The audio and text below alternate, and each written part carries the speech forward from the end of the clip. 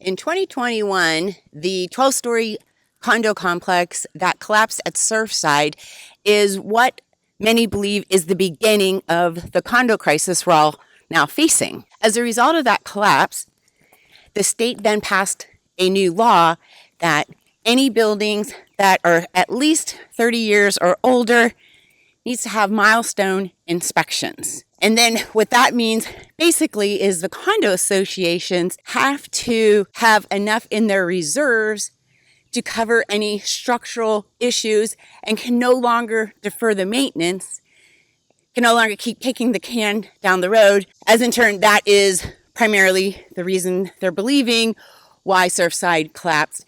And again, sadly, 98 people lost their lives due to that collapse. Now, this process is not going to be easy, nor is it going to be inexpensive. As a matter of fact, we're already coming to see many people, many buildings are looking at millions in recovery fees that are needed to fund these reserves. They have a huge shortage of reserve funds. Make sure you stay to the end of this video as I'm going to be answering some questions. Also, if you are experiencing anything I'm not covering in this video or any of my other videos, please comment below. Or if you have any solutions maybe you all have found, we'd love to hear about them. A condo catastrophe could be closer than we think. This new law has many seniors, low-income families, families on fixed income looking to possibly end up being homeless. This means many are going to be forced out of their homes. Some condo owners are either going to have to pay up, sell if they can, which by the way is a whole nother issue in itself, trying to sell. I mean, who wants to buy taking on a burden, taking on an expense? So then maybe possibly they could rent. Well, let's think about that too. Renting, depending if you have a mortgage or not and what your condo would rent for. So I'll just go ahead and use my building for an example. I know the condos in my building can rent anywhere between $3,000 and $3,500 a month. If you have a mortgage of $2,000 a month and currently our HOA is $780 a month, you would be fine even renting at $3,000 a month. But let's say the HOA doubles. So now you need to get $3,400 a month. And there's a special assessment, which is another $1,000 or few a month. It really doesn't make sense to rent now. Because many times still, you're responsible for any repairs on the condo if the refrigerator or hot water heater goes. And you need a place to live in the meantime yourself. So that's when possible foreclosures can start to happen.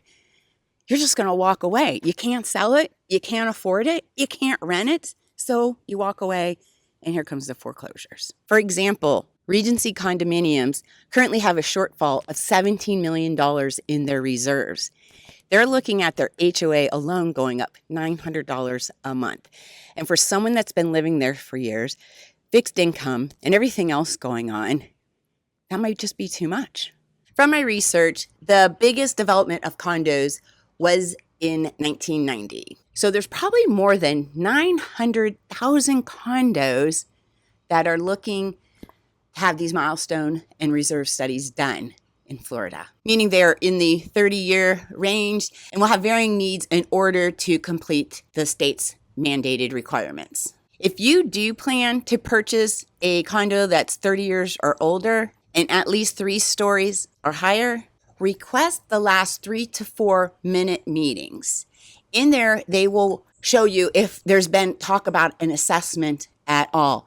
And just so you know, these minute meetings are not required as documents to provide a buyer at the sale of the close of the building, of the sale of the close of the condo. These are not required documents under the required documents for condominiums. You have to ask for these separately. And as we've been finding out, many condo associations have been neglecting their building maintenance, and now as a result of that, have a shortfall of their reserves, which now can lead to an increase in HOA payments and or monthly assessments. For example, there's a condo in the greater Daytona Beach area. There, during the last hurricane about 18 months ago, their pool fell into the ocean. And so now, with the increased insurance rates, their HOA went up. There's an assessment for the pool and the other hurricane damage, and there's a second assessment now for the state mandated requirements. How do you sell something like that? High HOA, upcoming assessment, unknown other issues that are coming up, and the pool still needs to be repaired. Luckily, they can do short-term rentals in this building, but they're not getting nearly what they were getting for it before. So as you can see, this is a huge impact on condo owners. The risk of displacement for low-income and fixed-income residents who can't afford the increased cost. Selling might be difficult due to the burden passed on to the new owners, and not to mention there's already a ton of condos already on the market. They are selling well below market value, if they're even still selling at that cost. Now, there are some alternative solutions. You could work on spreading the payments out longer, exploring financial assistance programs for low-income families, exploring financial assistance for struggling owners, advocating for state or federal aid for older condo buildings, and I've been hearing of some grants. The suspension bridge here. I'm at Ravine Gardens in Palatka today. If you've never been, absolutely beautiful park. But the suspension bridge is moving. I think that's what they're known for here. Absolutely gorgeous place. Hope you've been enjoying the background scenery. Okay, here's the Q&As I promised.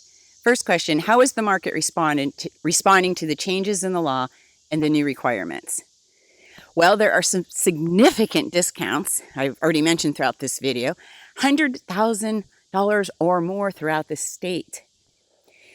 Then there are others throughout Florida, and the HOA fees are coming up to around $2,000 or more, which in some cases is more than a mortgage payment.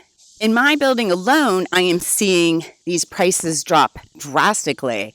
I just purchased in my building not even a year ago now, and there are units on way nicer shape, higher floors, selling for probably $30,000, $40,000 less than I paid for mine. It's crazy. It's like a race to the bottom. Is there an alternative? How do you moderate that safety and the cost? Well, I don't think there is an alternative.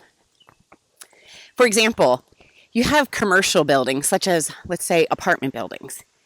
Well, the owners of these apartment buildings have a vested interest to keep the common areas, the fitness center, the appeal of the building on the outside, the lobby area, all that up, because if they do, then they can charge more rent. And the people who own these buildings, they want to make money. That's the whole purpose they bought it. So they take care of the common areas, the roof, the parking lot, and the building itself. So they can keep their rents high and their apartments full.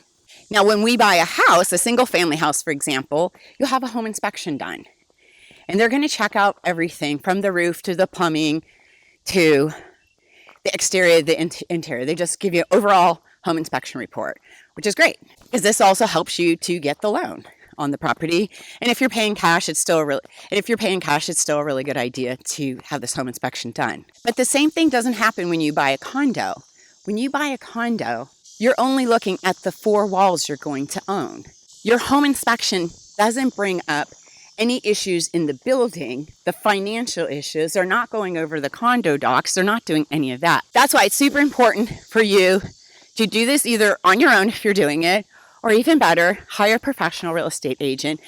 And I am connected with thousands of agents throughout the country. So no matter where you're buying or selling, I can do the work for you. I can help you out. Because the home inspection outside of your 4 walls doesn't cover the building, this is what makes condo buying very risky. And at this point in time, I wouldn't purchase a condo unless all those points are defined.